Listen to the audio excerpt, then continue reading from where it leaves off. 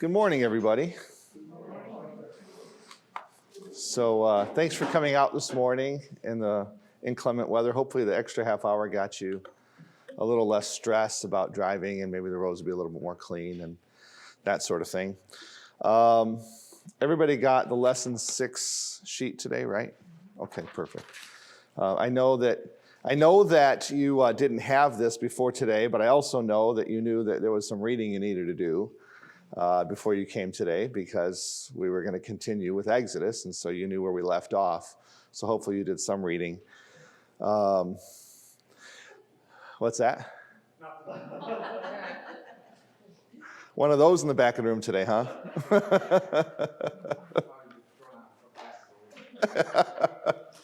That's okay. I'm always that guy too, Bob, so that's all right. So we pick up from chapter 15. So when we last left Moses and the Israelites, they were crossing the Red Sea. They were praising God for having delivered them from the hands of Pharaoh and his chariots and charioteers. And now they're about to, now that Pharaoh is in the past, now they're getting ready to move on to the promised land that God has told them would be theirs. So we start journeying to Sinai. There's one artist rendition of Moses and the Israelites. Quite a few of them, getting ready to head out to what God intended for them. So in chapters 15, 16, 17, and 18, we have them journeying to Sinai. In chapter 15, they arrive at Marah and Elim. This is a series of the people being tested by God. And it's actually, this is appropriate. God said, I'm going to take care of you. Will you be my people? I will be your God. Will you be my people? I will take care of you. Will you be obedient to my commands? And so God gives them the opportunity to prove that they're going to be obedient to his commands. So the first test happens at Marah. Marah is from a Hebrew word that means bitter. So the people are tested to see if they will trust God. They can't drink the water that's in that place because it's bitter. So will they trust that God will provide for them what they need? And what do? They murmur. Murmur comes from a word that means complaining. They complain against God's guidance. This is, that's the first test, Marah. Second test is at Elim. Elim is in the wilderness of sin, not sin like failing to miss the mark, offenses against God. That's the name of the place, S-I-N. So it's actually not, because remember in Hebrew, they wouldn't say sin. That's an English word. So it's the wilderness of sin. It's the name of the place. It just so happens to sound just like our word for an offense against God. Okay. This is in chapter 16. These places, Marah, Elim, the wilderness of sin, Marabah, and Massa, that we're going to get to in a second, it's really, really hard for the scientists, for the scholars, the archaeologists to be able to pinpoint with 100% certainty where any of these places are. So that's why I didn't put a map up there, because the map is just best guesses anyways of where these places are. We just know it's someplace in the wilderness. So now they're complaining because they don't have anything to eat. Would that we were back in Egypt where everything was perfect and wonderful. You know, we kind of do that today. Remember the good old days? Yeah, when were these so-called good old days?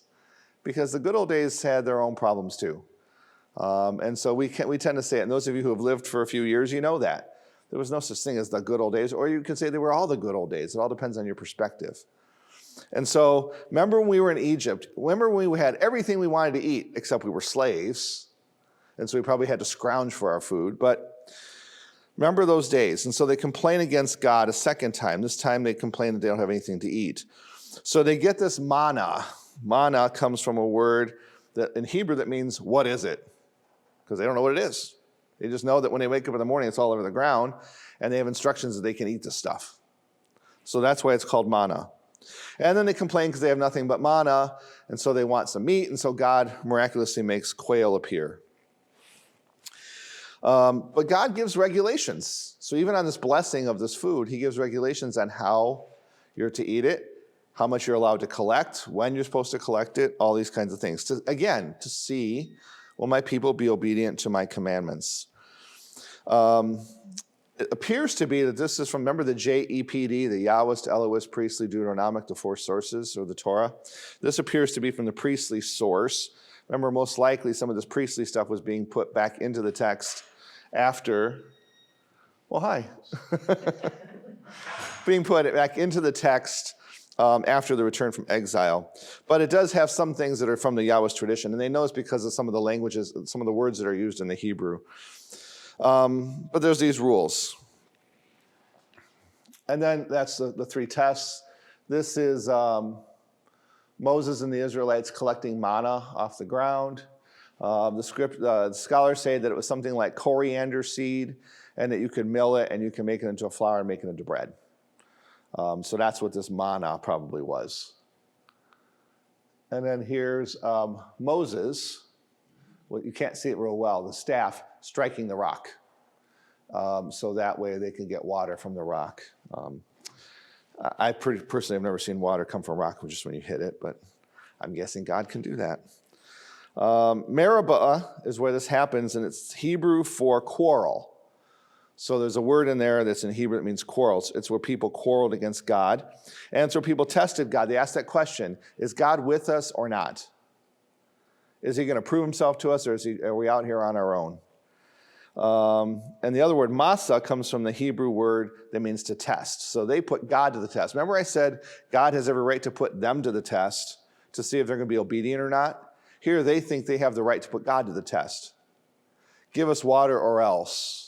That's kind of what they're saying.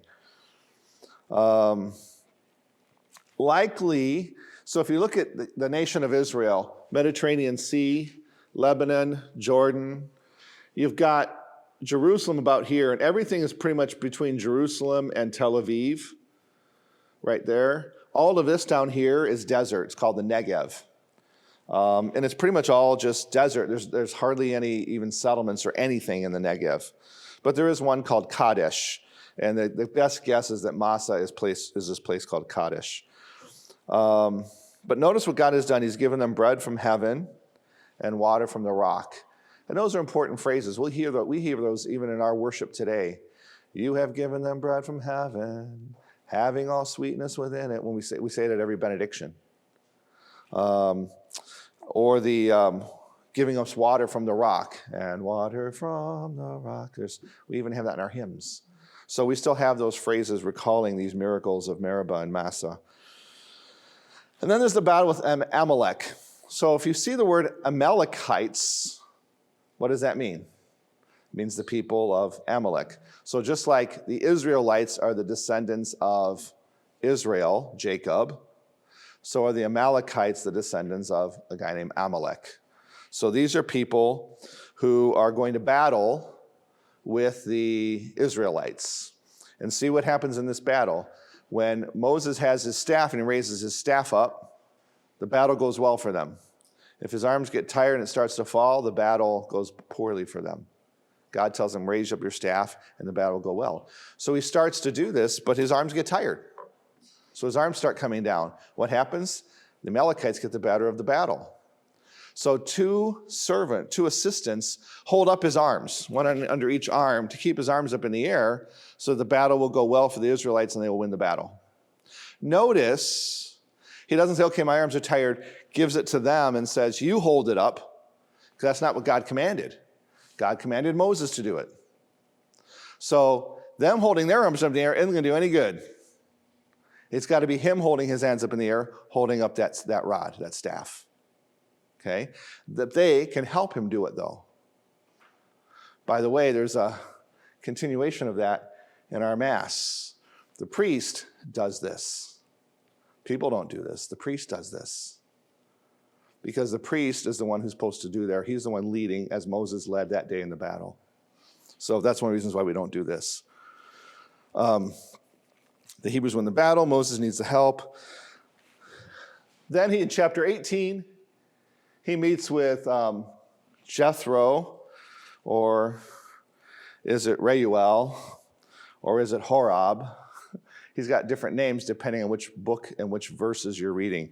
So Jethro is the father of Zipporah, Moses' wife, so Moses' father-in-law. He meets him at God's mountain. Where does he meet him? He meets him at the mountain, the same place. If you remember, where did Moses meet the priest, the Jethro of Midian the first time? At the same mountain. Okay, he meets him at the mountain. There was a well there. Remember the story? We've studied it before Christmas.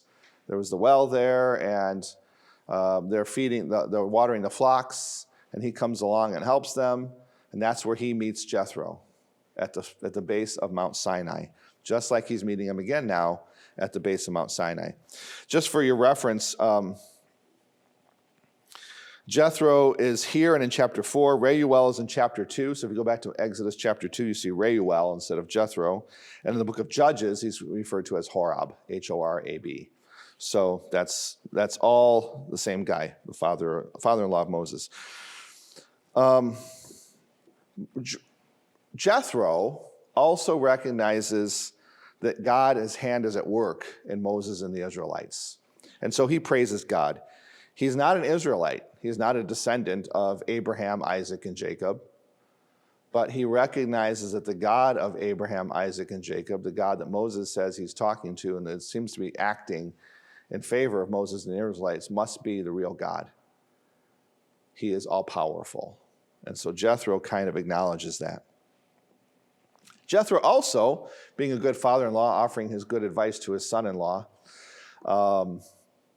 says, you're not acting very smartly. You're handling these thousands of people and all of their little problems all yourself. It's going to kill you. You're not going to be able to do this effectively. So what you need to do is you need to set up some people to help you. You need to handle the big cases, the ones that are not clear, the ones that you have to go to God for a clear answer. But you need to appoint some leaders underneath you to make sure that you have help in doing all the little things. So if somebody comes and says, you stole my sheep, you don't have to get involved in stuff like that. That's not a big deal. Let a lower level administrator take care of two people fighting over the same sheep. So that's the advice. And it's interesting because there is a justice that people want. Now it's interesting, in our terms of justice, what happens when you go to court? So somebody built their fence on your side of the property line.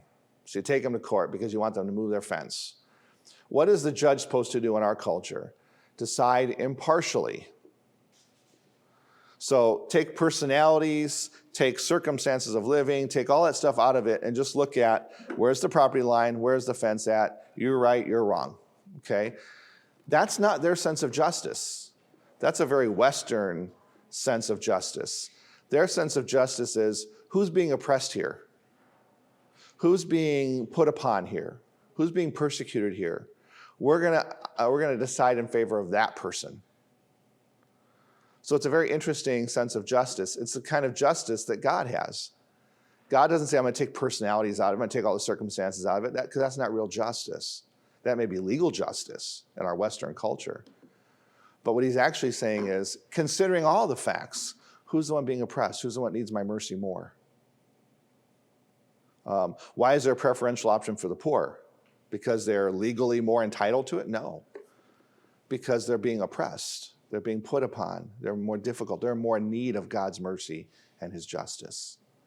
And so we kind of see that here with Moses and Jethro. And they're looking for justice.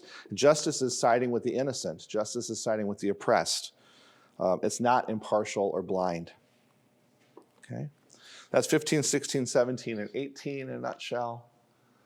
Chapter 19, the people arrive at Sinai. They go through a purification ritual. And according to God's instructions, so God tells them how to do it. And then there's this theophany. Theophany is a word that means a manifestation of God. So in fact, we just celebrated Epiphany on Sunday. In the Eastern churches, they call it theophany. And they don't just think about the wise men coming. They think about the changing of water into wine at Cana, the baptism in the Jordan. These are manifestations of God. God revealing who he is. And so we have in chapter 19, verses 16 to 25, Moses becomes a sole mediator. The priests and the people are told to keep at a distance. God chooses Moses to come closest. The people can the priests can approach the foot of the mountain, but the people are to stay away from the mountain. So he's setting up a hierarchy. Not because some people are better than others, but he's choosing these people get to come close. These people can be moderate and close. These people want to stay at a difference. Why do you stay at a difference? It's not because God doesn't want to be intimate. It's because he's manifesting his glory. He's manifesting his transcendence. If I fully reveal myself to everybody, they can't handle it. And so God is saying, you need to keep at a distance. You need to recognize who I am and what I am. So here, the transcendence of God is being emphasized as opposed to the immanence of God. Remember, this is the same God that talked to Abraham and Jacob. This is the God that's speaking to Moses. But in those moments, he's emphasizing his immanence, how close he is to them. But there are moments when he needs to remind us that he's completely other than us. He transcends our concept, our ability to understand who he is. And so he's revealing his glory in different ways. Okay, that's the journey to Sinai. Then we get to Sinai, we enter the next 11 chapters, well, even more, but today we're only doing these 11 chapters. We have the Sinai covenant. Okay, so what about this covenant? The rest of Exodus, the rest of this book is going to have to do with the covenant relationship between God and his people, specifically the terms of the covenant, how the covenant's to be lived out, the details of the covenant, all the rest of Exodus, all of the book of Leviticus, the next one we're going to talk about, and a good portion of Numbers, the book after that, is all about the covenant. In fact, this is really the central event of all of Torah. Everything that comes before this is pointing to this moment. And the rest of Torah is explaining this moment and the consequences of this moment. So really, this is the central event of the entire, of all of Torah. This covenant at Mount Sinai. Because even if you think about like the covenant with Abraham, that was just with one person and maybe his immediate descendants. This is with an entire nation. This is with all of God's people. And by extension, all of those claimed by Christ who are part of God's people. So this is a very important moment. The Yahwist and the Elohist traditions are talking about the covenant, pointing to it being sealed at Sinai. The priestly tradition is giving us most of the details. So when we start getting into 45 inches by 45 inches by 17 and 25 inches or whatever it is, those details are probably added by the priestly tradition centuries later. And the Deuteronomic is pretty much all about covenant. So you can see even these four writers all talk about the covenant in different ways and to different degrees, but they're all talking about this covenant relationship. There's a Hebrew word, berit, B-E-R-I-T. Berit, and its literal meaning is probably best described as like shackled. Okay, so shackles are, right? The chains, when you're shackled to something, you're bound to something in an irreplaceable, immovable, unbreakable way. Okay, so we've got this idea of being shackled. It's a binding agreement. For the Hebrews, it is unbreakable. It's the means by which God shows his love and mercy. It gives them all the commandments that they need to guide their life. And in it they learn, and it's clear, that they owe God worship, they owe God fidelity, and they owe God obedience. So this covenant establishes pretty much all of the parameters by which they live their lives. It's all seen in relationship with God, God's laws for them, and what God does for them.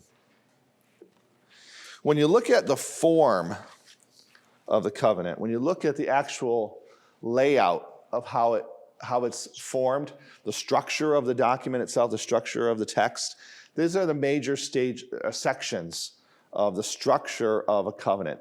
And these are based on other covenants from other cultures with their gods, okay? So it's related. So if you go across to the Babylonians, if you go to some of the other cultures, you'll see similar structures in a covenant relationship with their God. So first you have the preamble. The preamble is where the king gives his name and his title. So you see that I'll just tell you these passages if you want to write them down, look them up later. The reasons for the covenant in chapter 19, verses 3 to 6. So 19, 3 to 6 is where you see the preamble in this covenant. Then you have the historical prologue. And so this is where the king tells about all the things he's done for you. Okay? He lists all the past acts of kindness he's done. So remember, in these other cultures, these other covenants, this is the same structure. This is, you see this in chapter 20, verse 2, where the king tells his past acts of kindness. So what would God be saying? I freed you from the hands of Pharaoh. I brought you into this land, blah, blah, blah. So he talks about all the things he's done for them. The next section is the demands. This is what the king, in this case God, tells the people what they must do. Okay? Most obviously, what are the things that God says here that people must do? The 10 Commandments. Okay? You have to follow these laws. You can also see that, so that's in chapter 20, verses 3 to 17. And then a whole bunch more in chapter 20, verse 22 through 23:19. So 20:22 through 23:19.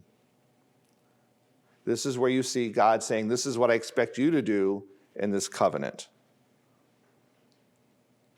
Then there's the promulgation. So the king has said, this is what I've done for you. This is what I expect from you. It has to be promulgated. It has to be announced. It has to be made known. So it's deposited normally it's deposited in a temple and it's publicly read. Okay. In this case, we have the stone tablets. Okay, that God wrote with his own finger. So that's the promulgation. The stone tablets being announced to the people. That's how they learn about the covenant with God. Interesting, what's next usually is witnesses to this. Both sides of the agreement list their gods. We don't have this in Exodus, in the Sinai covenant. There are no witnesses. Why would there be no witnesses? Both sides are listing their gods. Because on one side there is God, and on the other side they only have one God, this guy. So there's no listing of gods because there's only one God, and it's the guy we're entering the covenant with. So the text doesn't give us this. This is very common in other covenants that we have from that period, in that culture. But we don't have any witness text in here because there can't be, because there's only one God. So you can't be listing all the gods as witnesses to this. And then finally you have curses and blessings, and it's probably just what you would guess would be the case. This is what will happen to you if you don't stay faithful, and this is what will happen to you if you do. God is called upon to maintain the covenant. The signs of God's power are what are told to the people, the blessings that will happen. So this would be chapter 19, verses 16 to 19. Chapter 19, verses 16 to 19. And chapter 20, verses 18 to 20. Chapter 20, verses 18 to 20. So you see in there what will happen for the people if they're faithful to the covenant. So this tells them that. So these are the things that are in a normal covenant, and that all of these are present in the Sinai covenant with the exception of the witnesses because it can't be. Okay. So this sets us up for the terms of the covenant. Chapters 20 through 24 and chapters 32 to 34 give us the terms of the covenant. Now, we're not going to do 32 to 34 today. We're just going to do 20 to 24 today. So first things first, what are the terms of the covenant? The 10 Commandments. Okay, so in chapter 20, we have these 10 Commandments. The first 3 tell us how to love God. The second 7 have to tell us how to love our neighbor. You might have come across someplace, and I just thought this was something interesting to throw out there, that when you look at the list of the 10 Commandments in some denominations within Christianity, you get one list, and in other traditions, denominations, you get a different list. Same commandments, but they're divided differently. So in the Roman Catholic and the Lutheran tradition, The prohibition against false worship is one commandment. In the Anglican, the Greek, the Reformed tradition, they divide it into two.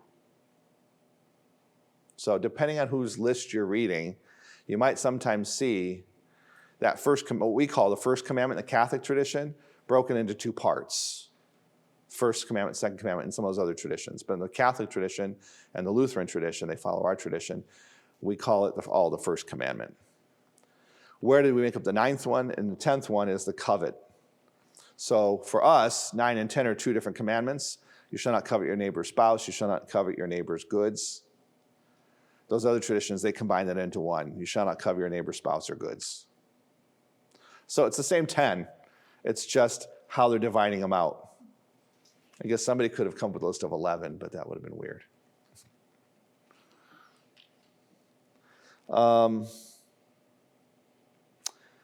And sin here is described as not just the act, but also its consequences. So a sin is not just I told a lie, but tied up in the concept of sin is all the consequences that happen because I lied. That's all the concept of sin for these folks, not just the specific act. We tend to be in the West, especially in the West. Our sense of law comes from England. Our sense of law comes from the Roman law. And in Roman law, it gets specifically to the act. And so we tend to develop a moral theology that sin is in the act, where for them, it's in the consequences. And so if I walk up to John and punch John in the nose, it's not just the act of punching John in the nose that was evil, but it's now the evil I inflicted on all of you because you all saw it. And everybody that he tells about it, who knows about it, I've inflicted evil on them. So it's more than just the specific act like it is most of the time for us. I mean, we see those consequences as being bad, but we don't necessarily consider those consequences a sin because I didn't go up to Debbie and say, I want you to feel this way about it from now on. But you do feel that way about it from now on. And so that's tied up in the concept of sin for them. And sin is always punished. Maybe Jesus tells us later on, God doesn't go around inflicting evil on people for sins here. But this is saying that this is for them. This is the idea that there will be a punishment for sin. Even if it's not on you, the person who sinned, it might be on your children, but it will be on somebody. So this we do see playing out in the Gospels, right? The man born blind. We're going to hear this in a few weeks here in church from John's Gospel. Who was it, Lord, that sinned that he was born blind? Because somebody had to have sinned. Otherwise, this wouldn't have happened to him. Jesus says, no, you're thinking about it all wrong. But at this point in the text, this is how they think about sin, consequences, and God's retribution for sin. And then finally, there's Moses. There's the horns or the rays of light coming from him. And then his famous tablets. Have you ever seen the movie History of the World with Mel Brooks? Moses comes down from the mountain. He's got 3 tablets. The Lord God has given you these 15, and he drops one. 10 commandments.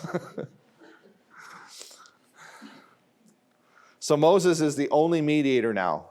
Moses is the mediator between God and man. Why is he the mediator? Because God chose him, and because he chose to respond to God's call. So at this point, Moses is the one who talks to God and tells people what God is saying. Okay?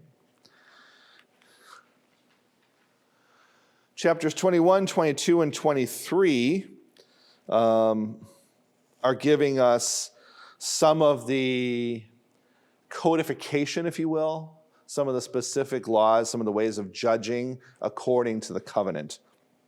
So in chapter 21, we have judgments against slaves.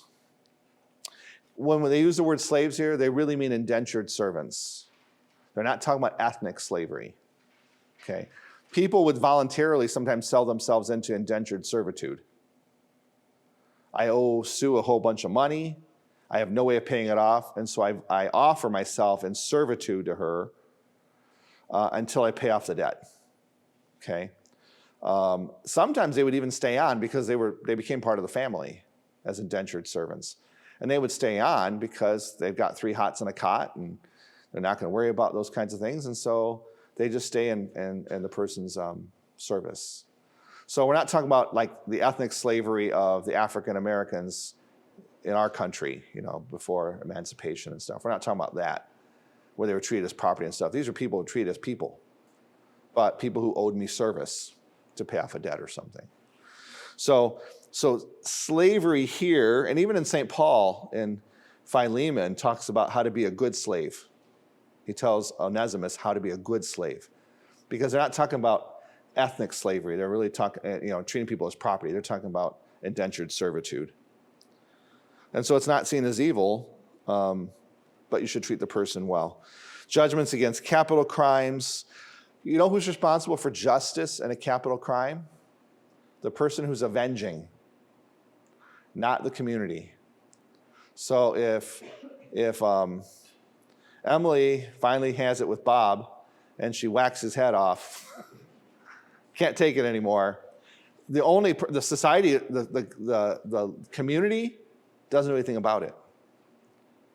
It's avenged by the people who miss Bob.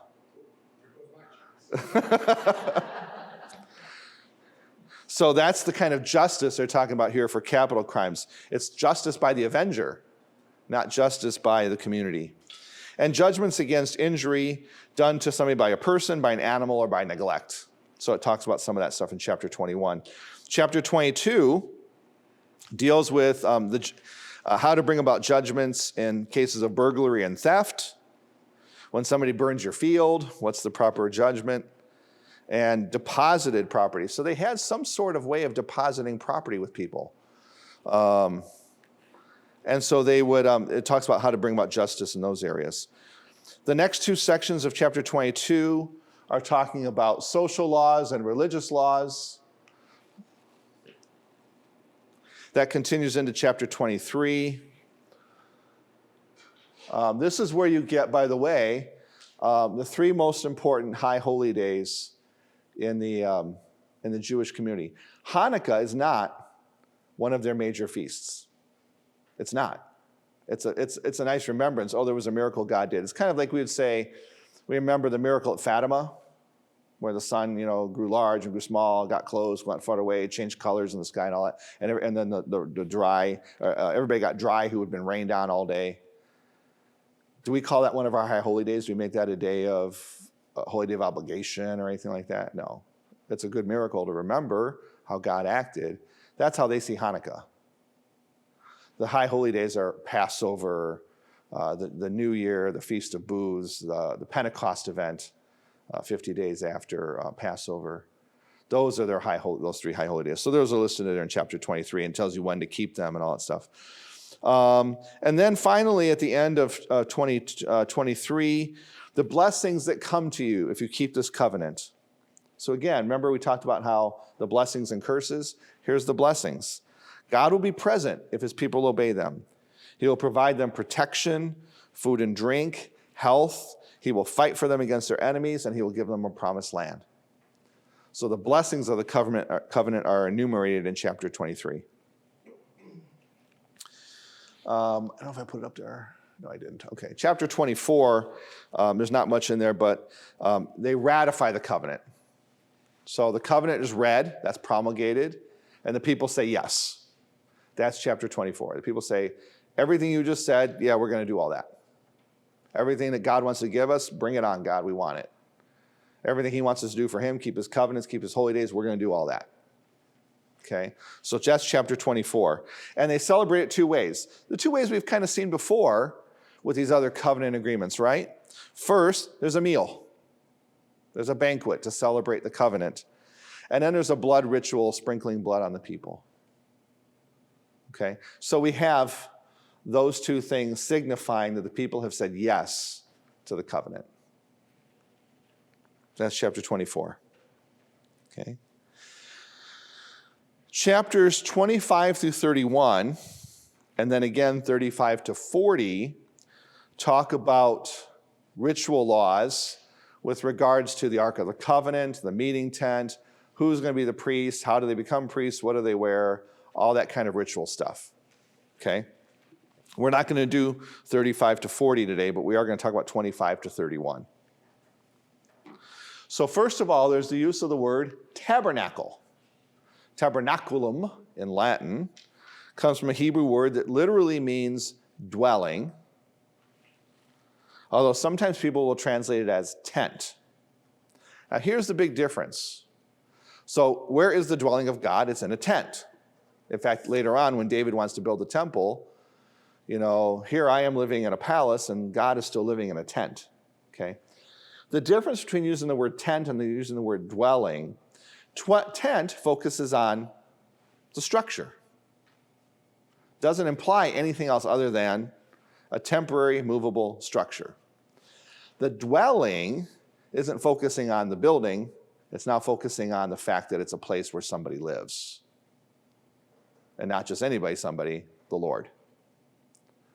So the dwelling is the better translation because it tells us why it's important. The tent tells us nothing other than it's movable. But the dwelling tells us this is where God lives. And that's what's important in all of this. Not that it's a tent, because whether it was a shack or a tent or a palace, that's almost irrelevant. What's most relevant is it's the place where God dwells. And God is choosing to dwell among his people. This is a first. Did we see with Adam and Eve that God was dwelling any place with them? No. Did we see it with Noah that God was dwelling with him? No. Did we see it with Abraham, Isaac, and Jacob that God was dwelling with them? No. God came as a visitor and then left, right? Remember the 3 guys that came along and told him that they were going to have a baby? God is now dwelling with us. This is a first in Torah. So the dwelling is what's important here, not the tent. So that's why we talk about the dwelling, the dwelling, the dwelling. Chapter 25, God starts making some commands.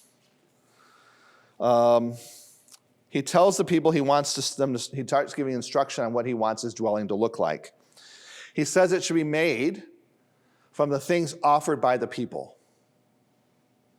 So it shouldn't be like you just go out and find somebody who's wealthy and go out and buy something because that's what they can afford and use that. No, the people are supposed to be making sacrifices from their possessions to make God's dwelling. Interesting little side note, it talks about goat skin in there. The actual translation, and I probably have some animal lovers here who are not going to like this, it's dolphin skin, not goat skin. So the layers of material that are being used is not goat skin. It's the literal word in Hebrew is dolphin skin. Where did they get dolphin skin, though? From the Mediterranean, I reckon. Or from the Red Sea. From the Red Sea, well, they're going along the coast. So they're going along the coast of the Red Sea. But you're right, they're in the desert, but they're going along the coast through the desert. So I thought it was an interesting thing, dolphin skin, which makes it much more precious, much more scarce, and so it makes it more valuable. The furnishing. So what's inside this dwelling place? Well, most importantly is the Ark of the Covenant.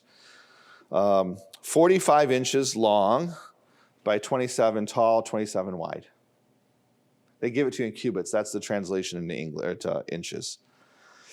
What does it contain? It contains the tablets of the law. Okay? That's what goes inside the box. However, that's not what's most important. I didn't know this for a long time. I figured, okay, it's a box. What's inside the box is the treasure. That's what's most important. It's not in the Ark of the Covenant. It's not what's most important. What's most important is what's called the propitiatory. The stand on the top of the box of the Ark of the Covenant. So the stand is more important because that's where God dwells.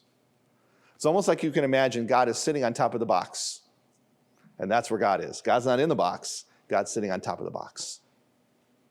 That's the place where God dwells. And so that's the most important, the most sacred part of the dwelling is the top of the box.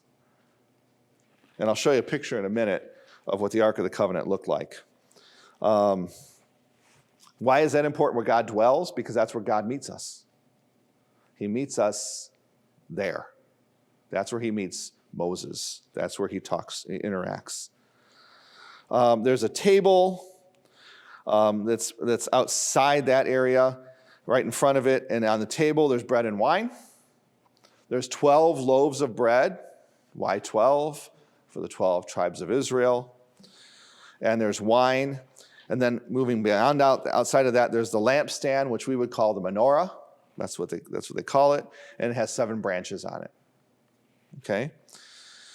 Around all of this is a big tent. This is chapter 26, 45 by 45, 7 feet high. 45 feet by 45 feet, 7 feet high. Goes into details about what cloth is supposed to be used to make the tent, what the framework is supposed to be built of, the veils. There's 2 veils. There's a veil that between the outside and walking into the Holy of Holies. And then there's another veil right before you get into where the Ark of the Covenant is. So there's 2 veils. Okay.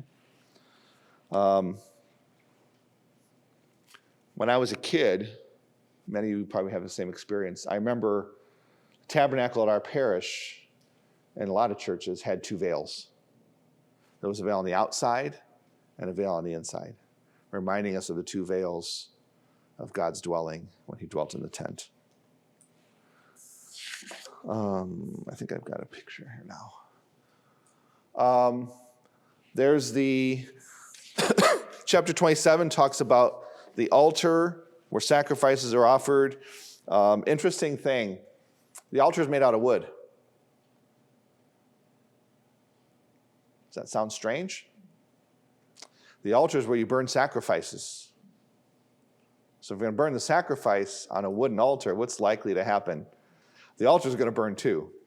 So the scholars, I was reading this debate in a book about whether or not that was something that was original or put in later because they weren't talking about burning sacrifices on that altar at that point. And so they made it put wood in there to make it more precious than the stone. Whatever. It was a table where they offered the sacrifices. There's the courtyard around it is the place where the ceremonies happened, and then how to do the oil for the lamp. So it had to be special oil, had to be prepared in a special way to burn in the menorah. That's where Hanukkah comes in a few centuries later. They ran out of that special oil, and it takes 8 days to make new oil. And miraculously, the oil that they had, a little bit that they had, lasted for 8 days. Should have lasted 1 day. So that's the miracle of Hanukkah. Hanukkah. You got the personnel.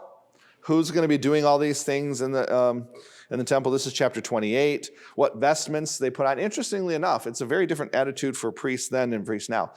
They're a priest when they have their vestments on. They're not a priest when they don't have their vestments on. Okay, it's almost kind of like if you would say a firefighter's a firefighter when he's got his uniform on. A priest was a priest when he had his vestments on. When he didn't have his vestments on, he wasn't a priest. Very different than the way we're supposed to be, but that's what they understood in those days. There was the ephod, the waistcoat with the names of the 12 sons of Israel. So they walked in to do their service with the names of the 12 tribes on their vestments. Pope Francis, God bless him, in his first homily for Chrism Mass after being elected Pope. Chrism Mass is the day, if you don't know, that not only the holy oil is blessed and consecrated, but it's the day all priests renew the promises they made at their ordination. So Pope John Paul every year, Pope Francis, I can't remember Pope Benedict, I'm assuming so too, but always addressed his comments towards priests renewing their promises at the Chrism Mass every year.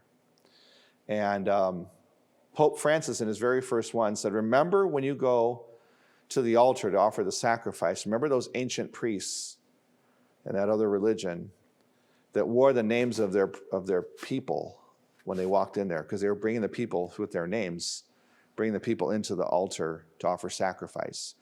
He said to us priests, remember when you walk into there to offer the sacrifice, you're carrying on you the names of your parishioners.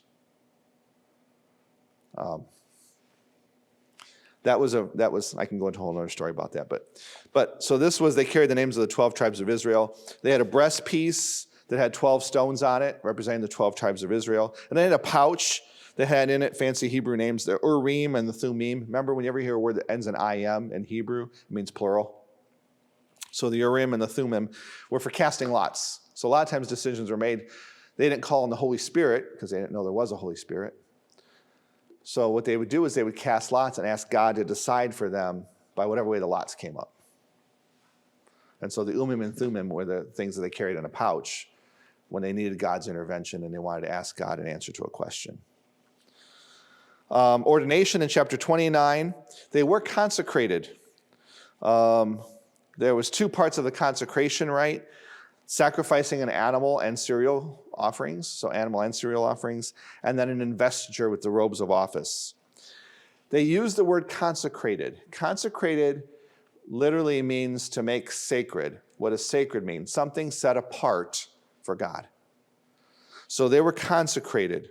That means they were set aside from profane use, but for sacred use. So when they consecrate all these objects, they can no longer be used for anything but worship of God. For a while, it was a fad in the church to use glass chalices for the Eucharist. They're not allowed anymore. They were consecrated. So if they're consecrated, that means they can only be used for worship. But the church says they can't be used for worship because they're glass. So what do you do with them? I guess you could break them and throw them away because then they're disposed of. Or you can ask the bishop to relegate them to profane use again so you can use them at a dinner. But we have a bunch of glass chalices sitting in a box in storage because we can't use them for liturgy and they're consecrated. So they're just kind of sitting in a box waiting to see if maybe the church will change its mind one day and we'll be able to use them again. I don't know. Chapter 30 gives us some procedures, how the altar of incense. Incense was used because it was luxurious. It was expensive. And you're doing nothing but burning it. You're not using it to decorate with or anything like that. You're burning it. It was considered offering something luxurious simply to God because he's God. The census tax is talked about in there. We see that in the New Testament too. The basin to wash in. So we do here at Mass, the priest, before he offers the bread and wine in the Eucharistic prayer, washes his hands. Lord, wash away my iniquity and cleanse me from my sins. That comes from this. There was a bowl that you had to wash in as a sign that you were about to do something divine. And then there was the anointing oil to set people and things apart. I found a description. It was made out of olive oil, myrrh, and cinnamon. So olive oil and spice, just like our chrism. It's olive oil and balsam, but it's olive oil and spice, just like ancient times. And the incense was for worship only. You couldn't just like burn incense in your house because you like the smell of it. It was only for God. Finally, in chapter 31, the choice of artisans. So God chose who the artisans were going to be. God said, this guy's going to build this and this guy's going to make that. And it wasn't like somebody said, well, I want to do that. Well, that's nice, but God says they're doing it. And then the Sabbath law. The Sabbath law said that they had to rest on the seventh day, and that's when the worship was offered because of the 7 days of creation, 6 days of creation, and God rested on the seventh day. So it's tying that together. So we're seeing creation and the covenant coming together. I got a few pictures now. So there's the Ark of the Covenant. Okay, so you got this box 45 inches long this way. What did I say, 25 or 27?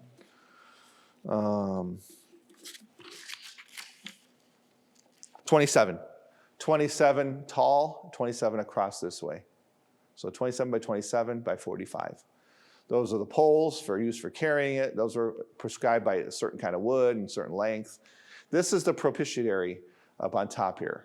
So the angels are putting their wings out, and this is where God dwells on top here. He's not inside the box.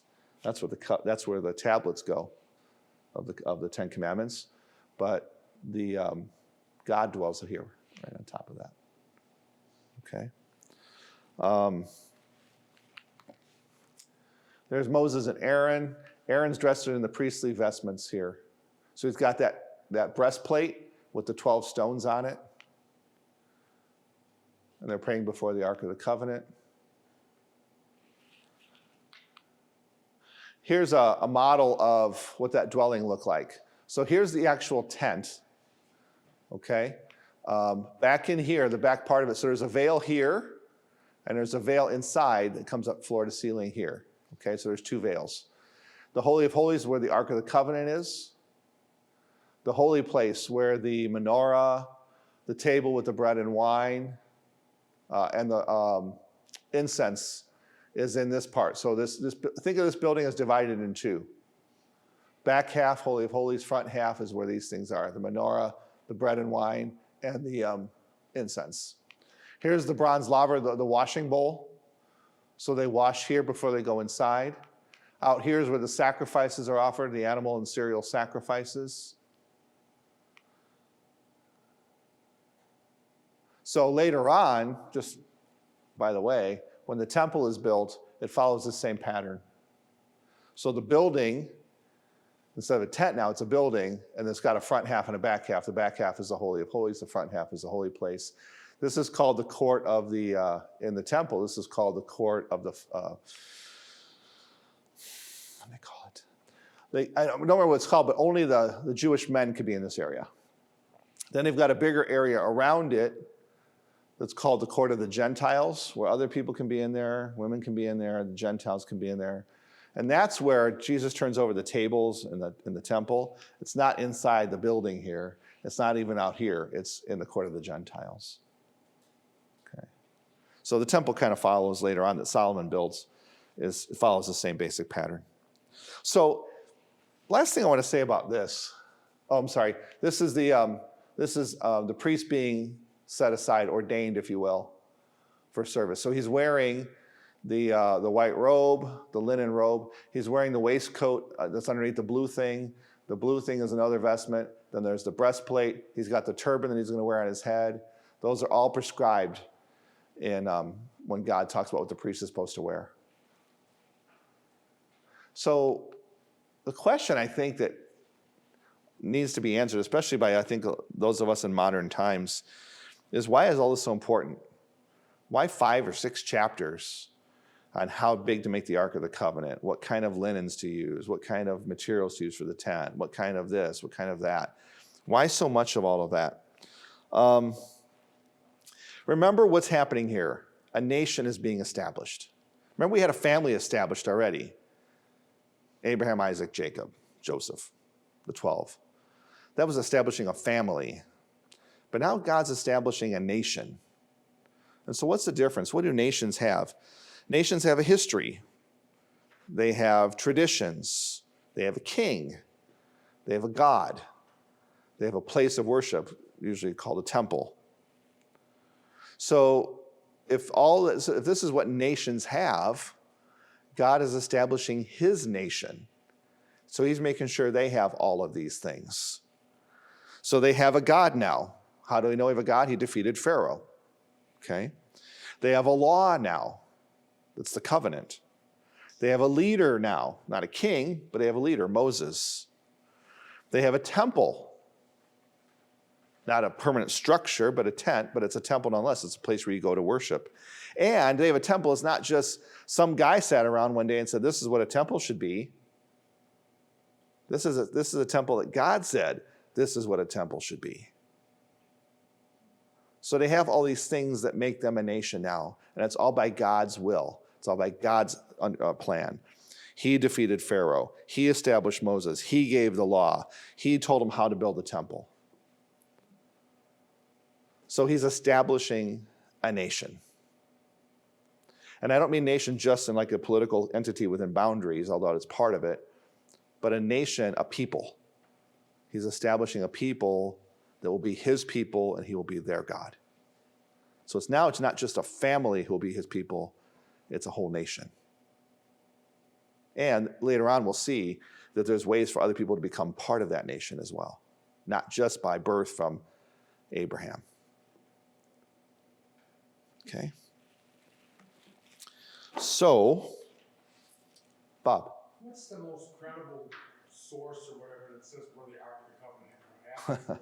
Was last seen, besides the Washington in the box? Yeah. Well, I think that Harrison Ford found it, didn't he? No. It's been gone for so long. I don't think that there is. I think if God wanted it found by now, it probably would have been found. Was that there when Jesus was? No, the Ark of the Covenant was already gone. They had the Holy of Holies, but the Ark of the Covenant itself was gone already. I think it was gone at the time of the Assyrian. I'll have to look that up. But I think it was when the Assyrians or the Babylonians invaded, that's when they lost the Ark of the Covenant.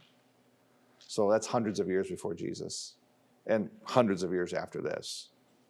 Almost, like 700 years after all this. I'll look it up and find out for specifically when they... I just was curious if that Yeah. was real. No, I think... Rumors. Yeah, there's a lot of people who really want it because...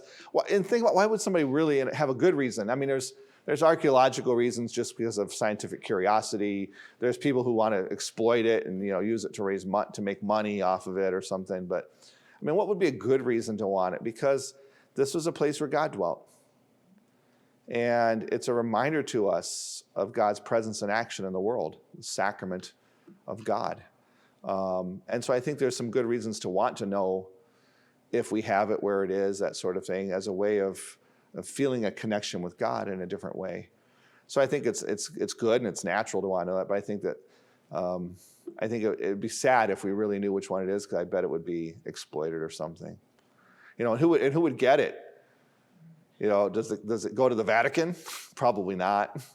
Does it go to some museum in Jerusalem? Oh, there's a good idea. Let's have lots of people fighting over it there. Where would it go? It has to come to the United States someplace, put in the Smithsonian. Because we're the most important country on earth, so it's got to come here. Does it go to a neutral country like Switzerland? I don't know, So I really don't know if there's any, I've not heard that there's any version of it that's been found or claimed to be the Ark of the Covenant that doesn't have other motivations behind it, other reasons why people want to claim that as the Ark of the Covenant. But I think there's a good natural, spiritual desire to see this. Again, like the true cross. Does it matter if this is the true cross that Jesus was crucified on or if this cross was the cross? Essentially, it doesn't. It's the mystery that happened around the cross that matters. But the cross gives us something we can touch and say, this was really important. This was something that God showed his power and his love through this thing. So I think it's natural that people want to know, but I don't think that there's any really good versions out there that are like, this is really the one. Good question. Okay, so I'll turn you over now to your discussion leaders at your table. You've got some questions there. And I know, again, most of you didn't get a chance to read this, but I think the questions aren't too complicated. And I gave you some references there to look at other places in the scriptures.